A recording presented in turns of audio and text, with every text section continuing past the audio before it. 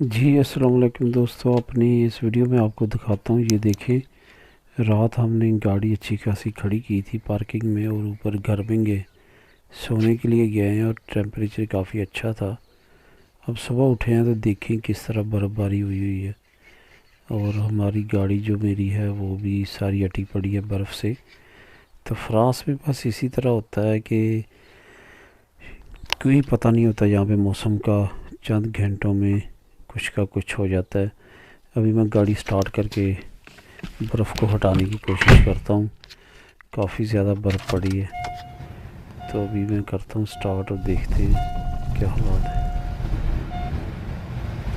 हो रही है स्टार्ट। ये देखिए कितनी ज़्यादा अगले